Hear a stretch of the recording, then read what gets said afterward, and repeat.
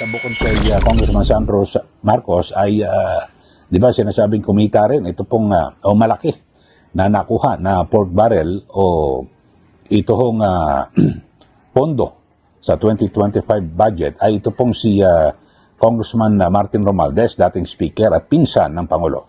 So siguro yan, masampon lang ho yung dalawa. Yung kanyang anak at yung kanyang pinsan, nako, siguradong sisirit muli pataas ang trust at performance rating ng Pangulo. Wala ho tayong mahabang pag-uusapan ngayon mga ka-reaction ng DPH. Ito nga ho kasi ang The Horny Trinity. Ayan mga kapatid. Ito, kung hindi ho natin kilala, ito ho si Father Plaby, ang pare ng Katoliko. Mga kapatid, ito kasing taong ito, may nilabas hong picture na nakapollow ho siya sa isang page ng merong bold. Ayan mga kabdit. Ito naman sa kanan natin mga kabdit, hindi na ho natin explain. Si Junel. Ha? Ang nag-iisang Junel. Ayan no. Nag-iisang Junel ng House of the Representatives, si De Lima mga kabdit. At walang iba mga kabdit, ang paboritong paborito na hindi naman talaga nanalo. Siyempre, malakas nga yung kapit dito kay George Garcia. Kaya no, lumabas ho siya, si Benny Boy Dila. Sino ho ba yung mga yan mga kabdit? Ito ho kasing tatlong yan mga kabdit. Kung hindi ho natin sila kilala, yan din ho yung konekta dito sa ating nasa kaliwa. Sino ho yan? Si BP Sara. Ayan mga kabdito, basahin ho natin para ho mas malinawan tayo dahil nga ito hong kongreso, matindi ho yung galit dyan kay BP Sara. Ayan ho ayan mga kabdit, basahin na lang ho natin. Maaaring ituloy pa rin ang paghahain ng impeachment complaint laban kay Vice President Sara Duterte sa pagsapit ng Pebrero ayon kay ACT Teachers Party List Rep Antonio Tinio. Kaya mga kabdit, ano ho bang expect natin dyan sa mga tao sa mababang kapulungan? Ano ho bang expect natin? Dahil nga naman mga kabdit, kasi papalapit na yung 2028. Ayaw ho nilang lumuklok si BP Sara dahil mga kabdit, pag umupo yung mga Duterte, nagsisilayasan ho yung mga yan. Ano ho nagsisilayasan? Kasi mga kabdit, nililinis ho ni BP Sara yung kongreso, lilinisin din ho niya lahat ng mga magnanakaw, kurap na politikong nandyan. Yung mga, alam niyo na mga kabdit, kasi tignan nyo, si Marcos Jr., bilyon-bilyon ho yung ninanakaw, trilyon-trilyon ho yung nawawala sa ating nabayan, pero wala ho silang sinasabi. Yung mga nandyan sa mababang kupulungan, meron ho ba silang sinasabi patungkol dito? Wala ho silang sinasabi. Pero pagdating dito kay BP Sara, kahit na wala ho silang mapatunayan, malinis na ho yung pangalan ni BP Sara diyan sa COA. Sa 3 taon niya pong pamumuno bilang Vice Presidente mga kabdita, siya ho yung may pinakamataas na ratings dyan sa COA ng audit. Siya ho yung may pinakamataas na rating, samantalang 125 million confidence lamang ho yung ating usapin dito. Pagdating kay Marcos Jr. na 4.5 billion mga kabdit, wala ho silang sinasabi. Yan ho yung malaking kababalaghan nangyayari dyan. Bakit pagdating sa 4.5 billion o 5 billion pesos na confidential funds ng presidente, wala ho silang masabi? Wala ho silang masabi. Ba't pagdating ho dito kay BP Sara, dahil ba hindi din sila kayang ambunan ni BP Sara? Tanong lang ho yan mga kabdit. Hindi ba ho ba sila kayang ambunan ni BP Sara? Kaya siya ho yung pinag-iinitan. Di ba? Hindi ho nila matulak sa korupsyon yung mga Duterte, mga kabdit, dahil alam po natin, hindi ho nagnanakaw yung mga Duterte. Oo, galit ho sila dahil nililinis yun ng mga Duterte, yung mga gumagamit ng Coca-Cola. Kahit saan. Kahit sa ang sulok ng Pilipinas, marami ho nabago si Tatay Digong. Kaya yung galit ngayon nila kay BP Sara, isa na rin ho yan, mga kabdit, sa mga NPA. Yan po yung pinaggamitan ng confidential funds ni BP Sara na kahit hanggang ngayon mga kabita, gigil na gigil pa rin ho yung mababang kapulungan.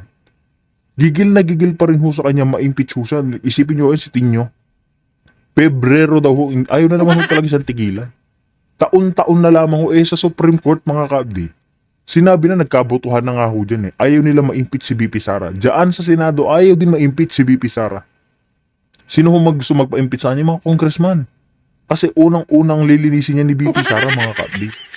Yung mga kongreso o yung mga kongresistang mga tumatanggap ng lagay sa mataas. Sino ba mataas mga kabdi? Siyempre yung presidente o si Martin Luther King. Di ba? Kaya mga kabdi, pakinggan ho natin ito si Eli Saludar kung saan marami ho tayong pag-uusapan dito rin sa pagbaba ng trust rating nitong si Marcos Jr. dahil mga kabdit wala na hong tiwala yung mga milyon-milyong Pilipinong binudol ho niya na alam naman po natin mga kabdit na marami hong nagsisisi, marami nagkamali na patuloy umahasa na mababago ng isang Marcos Jr. ang Pilipinas, pero mga kabdit malabo ho yun. Kaya mga kabdit, direkta na ho tayo kung bago lang ho kayo sa ating channel. Isang like, isang share, isang subscribe lamang ho, malaking tulong na yan. Kaya mga kabdit, sabay-sabay ho tayo magkomento, mag-react dito sa magiging payag ni Eli Saludar.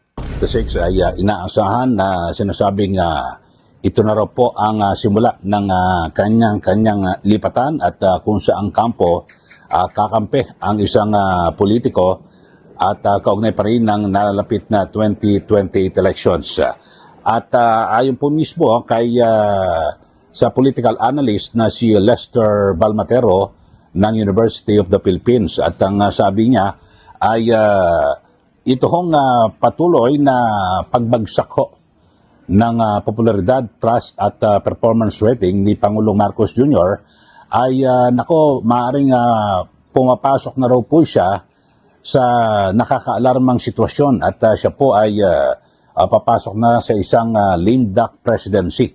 Ibig sabihin ay pag lame duck na po ang isang Pangulo ay wala na ho siyang magagawa at hindi na niya maipupursige yung kanyang mga advokasya na nais niya pong isulong, di po ba, para yung kanyang plataforma ay maipagpatuloy at mabilis na maaprubahan sa pamamagitan ng mga isinasagawa na isinusulong na panukalang batas para maging batas. At ayon po dito kay Professor Balmatero ay napakahirap ng sitwasyon at dapat to ay talagang kumayad ng gusto o kayod ng gusto ang Marcos Jr. administration para higit na mapaigting at sabihin natin maibsan po yung kawalan po ng tiwala ng ating mga kababayan dito po sa kasalukuyang administrasyon. At base po sa survey ng SWS at maging Pulse Asia ay napakatindi po yung pagbagsak po, pagsadsad ng performance at trust rating ni Pangulong Marcos Jr.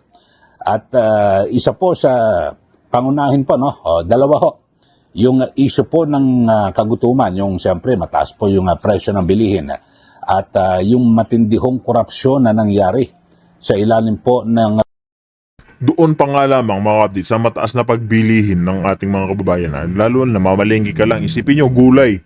Ilang daan yung magagastos ho natin para bumili ho ng gulay. Ganon din ho sa karne. Sa bigas. Kakaunti lang naman po yung mga lugar na kaya ho nilang alam niyo na, bigyan ng 20 pesos na bigas. Hindi naman ho buong Pilipinas mga kabdit na bibigyan ho ng ganyan. Kaya ho yung pangako niya mga kabdit, wala ho, hanggang salita lang ho yan. Diba? Wala ho tayong aasahan sa admin ni Marcos Jr.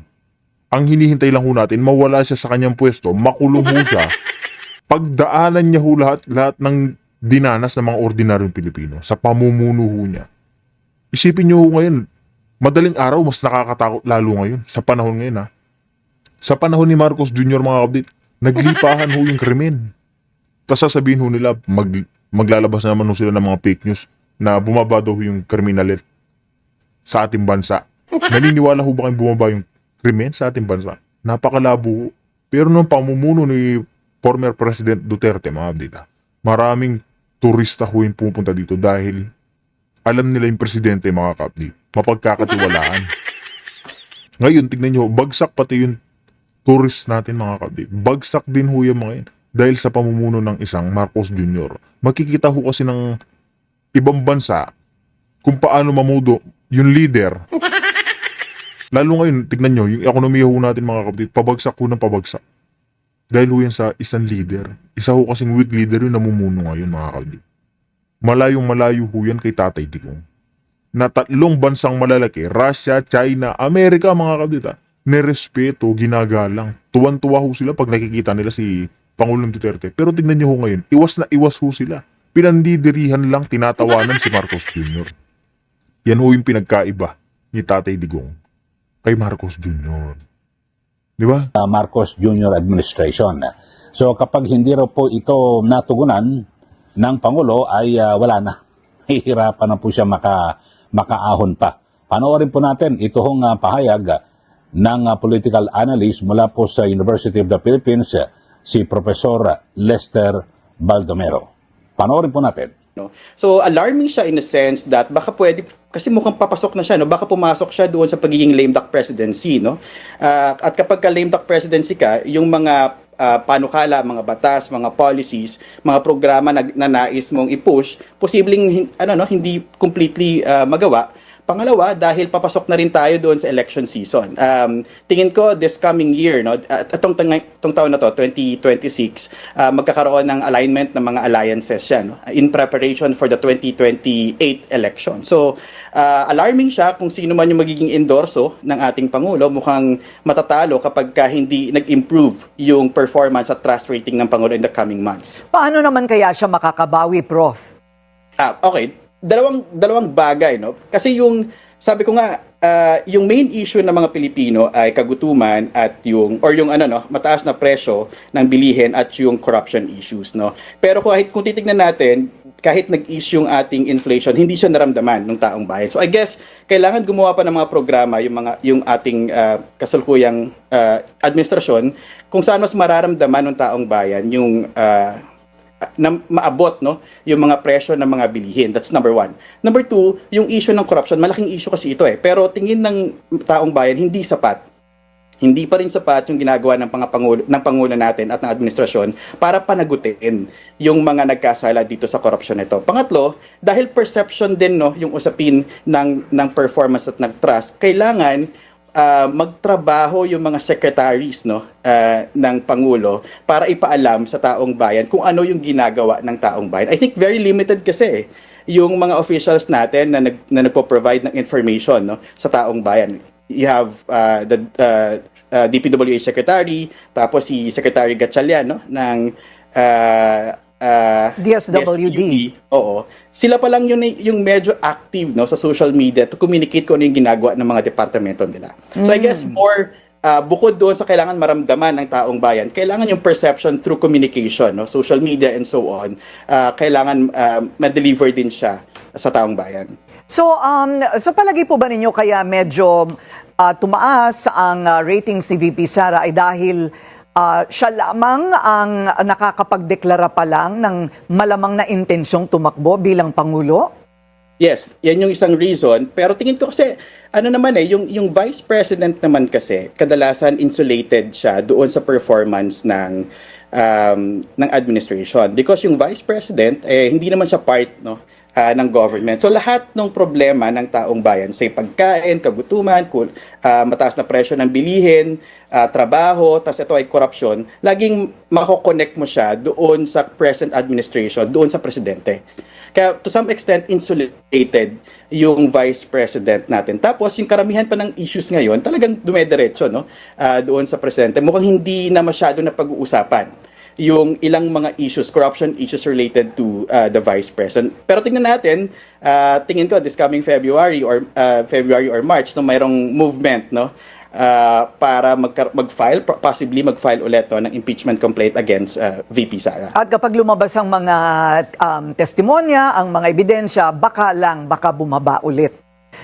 Ano You're po, correct. Last question. Ano po ang inyong political outlook sa 2026? Medyo mas magiging magulo, maanghang? Ito ba ang panahon ng pagpili na kung kanino aalyansa ang mga politiko? Tingin ko mangyayari yan ngayon eh. Pero tingin ko mas magdi-deep pa, no, yung ating polarization, yung political polarization this year. Number one, dahil yung mga kakampi ng administrasyon sigurado ay gagawa ng mga aksyon laban sa kay VP Sara. That's number one. Number two, yung realignment, no, ng alliances. Yun ka mga update, no? Sa sobrang daming ang connection niya itong si Marcos Jr., lahat po ng connection niya nga, gagamitin niya ho mga update. Imbis na paangatin uli ang Pilipinas, ang gagawin na naman ho ng mga yan, alam niyo ho kung ano, sisiraan na naman ho si VP Sara. Babanatan na naman ho si VP Sara. Ganyan ho yung ginagawa nila. Hindi nyo nakita ngayon. Yung mga kongreso, yung mababang kapulungan, mga update. Anong ginagawa ho nila? I-impeach na naman ho si VP Sara ngayong taon. Sa February, naghahain na naman ho sila. Pinanggigigilan ho talaga nila si BP Sara. Imbis na paangatin ang ekonomiya ng ating bansa, magtulong-tulong sana mga kabdila, magkaisa. Uunahin pa ho nilang banatan yung vice-presidente. Kasi nga mga update, para pagtakpan ho yung matinding pagnanakaw nilang bilyon-bilyon tsaka trilyon. Yan ho yung pagtatakpan ho nila. Pag na-impeach si BP Sara, wala ho silang kakalabanin. Malaking tinik ho yan si BP Sara, lalo na papalapit na ho yung 2028 presidential election. Wala hong tatapat dyan. Kahit 3 Bobong Marcos Jr. pa ho yung tumakbo. Labanan si BP Sara, hindi na ho siya tatalunin. Si Risa Hontiveros, si Len Lugaw, wala hong tatalo dyan mga ka-update. Sino? Si Trililing? Wala na hong lalaban dyan mga ka-update.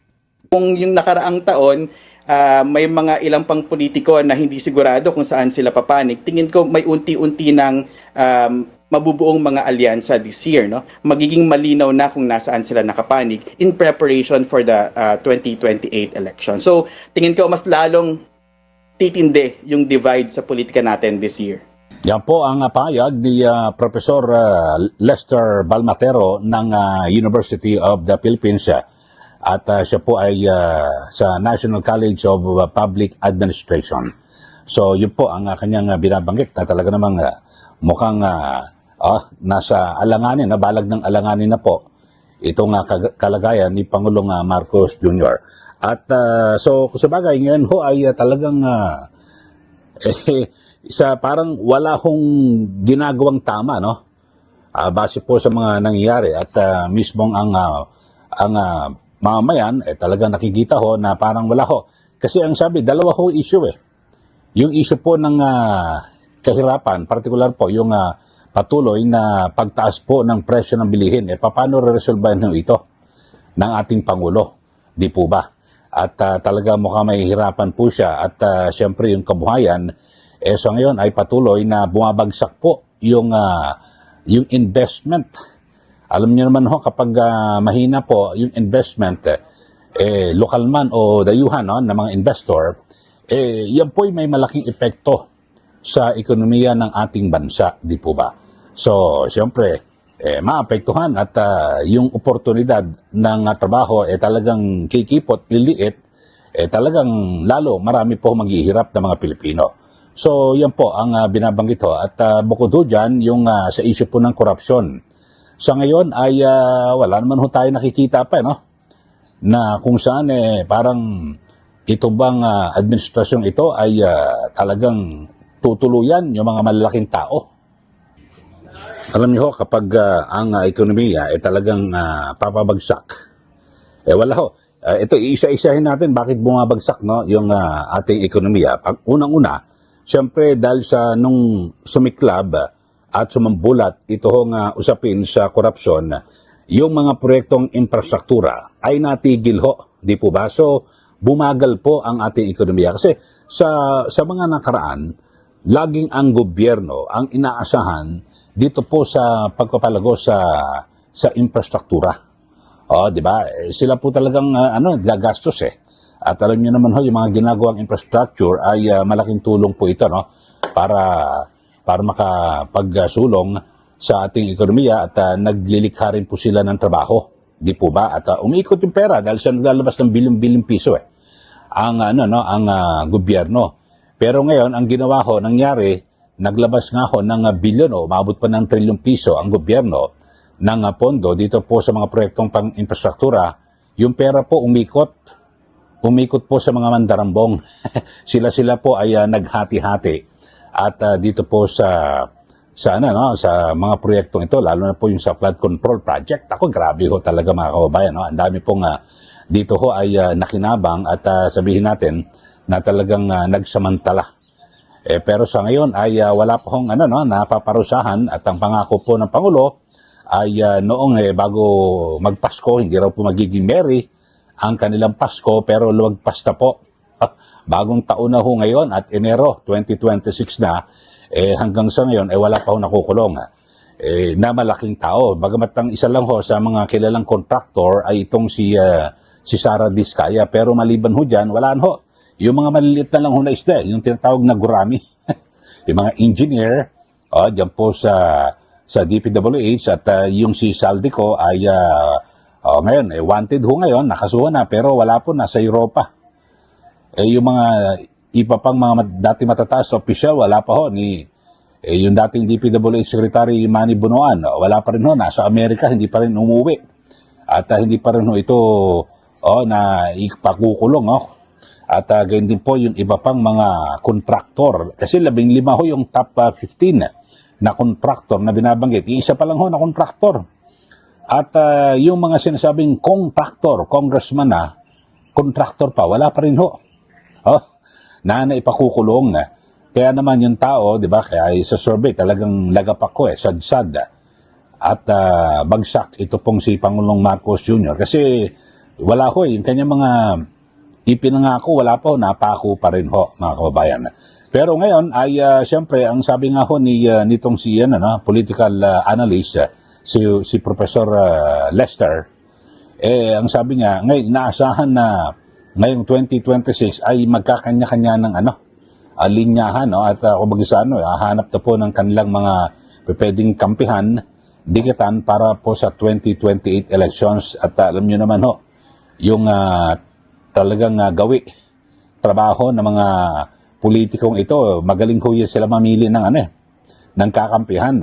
At para siguradong sila po ay mananatili sa pwesto at matapos po yung 2028 elections. Ganyan po talaga yung ating mga politiko dito po sa ating bansa. So sa ngayon ay ang sabi nga po ng political analyst, ako naniwala ho ko rito na talagang iigting pa ho ang hidwaan sa politika at yung pagkakawatak-watak dahil sa siyempre yung mga taga-suporta ni Pangulong Marcos Jr. at lalo na ho yung mga nakinabang na munini dito po sa bilyong-bilyong piso na mga proyekto, siguradong sila po ay maglulunsad ng gera at patuloy na kanilang talagang bibirahin at hanggat maaari ay wag manalo ito pong si VP Sara Duterte sa 2028 elections. Yan po ang magiging aksyon na ngayon dahil sa malapit na ho Ngayon ho talaga magpupormahan na bukod sa mga politiko, pati yung mga negosyante, magpupormahan na ho yan. Kasi alam niyo ho dito po sa Pilipinas, talagang kasama ho ito sa kinakailang pakikisama sa mga kung sino man maupo dito po sa ating gobyerno. Pero kayo ho mga kababayan, ako nakikita ko rito talagang kahit na anong gawin ho nilang pagsira, kasi ang pinakamatindi ho ng mga paninira laban po kay VP Sara Duterte, di ba sa nakaraan ho, talagang matindi yung pagsusulong dito po sa impeachment at ayon po sa mga aligasyon di umano ay nagkaroon ng malakihang bigayan sa mga kongresista. Kaya mabilis na, di ba, napirmahan at na-impeach ka agad si VP Sara Duterte dyan po sa House of Representatives. Pero, sunerte po ang Vice Presidente dahil sa pagmamadali po ng mga kongresista ay hindi po nila nasunod yung tamang proseso. At yan po idineklara ng Supreme Court na unconstitutional. Kung kaya't nang yan po ay dumating diyan po sa kamay ng Senado ay wala ho. Hindi po naituloy dahil sa issue po ng constitutionality na kung saan ay sabi po ng Supreme Court wala. Hindi ho pwede dahil sa illegal yung pagkaka-impeach ni VP Sara Duterte diyan po sa mababang kapulungan ng Kongreso. So, yun po. Pero ngayon, February 6 ay siyempre open na raw ho matapos po yung isang taon na ban ay pwede na ulit na sampahan ng kasong impeachment ang Vice Presidente. Pero inaasahan natin na isa po sa mga mangunguna ho dyan ay itong Makabayan Bloc o itong tinatawag na progresibo o nasa mga makakaliwa. Kasi lagi ho yan at may mga banta na nga ho na kanilang isasama yung iba't ibang mga bagong aligasyon, lalo na po yung si Madriaga na kung saan ay nagsasabi na siya po ay umaamin na naging bagman di umano ni Vice Presidente Sara Duterte at kumulekta raw daw ng mga pondo mula po sa Pogo at sa drug lord. Pero napakalayo po at biglang nahubaran nga po ng maskara at wala pong matibay na ebidensya ito pong si Madriaga at yung kanyang abogado na si Attorney Palad na napatunayang nagsisinungaling kasi sabi niya ho ay bumisita si VP Sara Duterte sa kulungan ni Madriaga. Yung pala hindi naman pala totoo, isang malaking kasinungalingan, kundi ang binisita po ng Vice Presidente ay ito pong si dating Congressman Arnie Treves.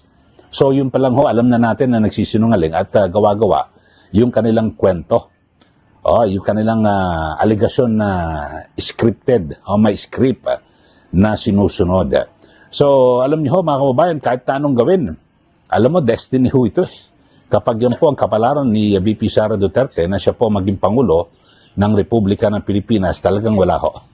Kahit na anong gawin ho nilang paninira, hindi po nilang kayang pabagsakin. At sa ngayon, patuloy po na lumalakas at dumadami ang sumusuporta sa Vice Presidente, base na rin po sa numero na nakukuha niya dito po sa survey ng SWS mismo at ng Pulse Asia, mga kababayan. So sa ngayon ay ang sabi nga ho ng Pulse Asia talagang ito ho yung isa po sa ito kasi yung survey na ito kinomisyon din po ng Stratbase at isinagawa noong December 12 to 15, mga kababayan, ay napagalaman na 38% na mga respondents ang talagang yung gustong-gusto ho nila na dapat to bigyan ng prioridad ng ating gobyerno ni Pangulong Marcos Jr. ay ito hong usapin sa mataas na presyo ng bilihin. Talagang matindi ho, mga kababayan. Yan po talaga ang nireklamo po ng lahat. At bukod dyan, syempre, yung paglilikha ng napakaraming trabaho at yung livelihood opportunities. Yun po, pero sa ngayon, wala ho paano kalilikha ng trabaho at mga oportunidad sa pangkabuhayan? Mahina nga po ang ekonomiya. Bakit po mahina? Dahil dito po sa napakatinding korupsyon. Bakit po matindi ang korupsyon? Tanong natin sa Pangulo. Bakit niya pinabayaan? Ano nangyari? Kasi talagang, di ba, mismo yung mga malalapit po sa kanya, siguro kapag siya po'y nakapagpakulong, halimbawa, ang sinasabi, di ba, yung mga tinagurian na nakinabang di umano, bilyon-bilyon piso kasama ho dyan yung kanyang anak na si Congressman Sandro Marcos at yung kanyang pinsan na si dating Speaker Martin Romualdez. Sa Ilocos ho, mga kababayan, ay napakarami ho. Ang sinasabi, mismo kinumpirma ni Mayor Magalong nasa mahigit sa 13 billion pesos sa 2025 budget ang nakuha ng distrito ni Congressman Sandro Marcos. Yung hinahalaraw doon, yung mga kontraktor. So, alam niyo naman, kapag yung kontraktor, parang sila-sila lang, alam na natin. Sila po ang kumita ho rito, di po ba? At bukod kay Congressman Sandro Marcos, ay, di ba, sinasabing kumita rin. Ito pong malaki na nakuha na pork barrel o ito hong pondo sa 2025 budget ay ito pong si Congressman Martin Romualdez, dating speaker at pinsan ng Pangulo. So siguro yan, masampon lang ho yung dalawa. Yung kanyang anak at yung kanyang pinsan, nako, siguradong sisirit muli pataas ang trust at performance rating ng Pangulo. At Ayan mga update, mas naniniwala pa nga ako dyan na oras na masampulan nito si Tambaluslos at saka si Charis ng House of the Representatives, panigurado dyan lamang tataas yung trust rating ni Marcos Jr. Paano pa kasi magtitiwala itong taong bayan kung si Diskaya lang yung kayang ikulong ng mga yan? Yung mga malalaking isda, yung mga katransaksyon ng Diskaya dyan sa gobyerno, wala ho silang mapakulong. Wala, puro engineer, contractor, architect, sino-sino pa ho yung mga alipuris ho nila. Pero yung mga mastermind, sila Garjola, si Tambaluslos, yung mga Pangandaman, sila Bonoan, wala saan ho sila mga ka-update. Sila Martin Romualdez, si Charis, nasaan? Wala.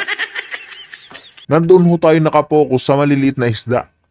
Kung gusto niya hong tumaas yung trust rating niya mga ka-update, ikulong niya yung anak niya, yung asawa niya, tsaka sarili niya, pati sa Tambaluslos yun, mga panigurado, tataas yung trust rating yan. Kaya mga update, kung meron ho kayo naging komento o reaksyon dito sa ating tinalakay, pag-usapan ho natin sa comment section, dito na ho natin tatapusin ang ating reaction video.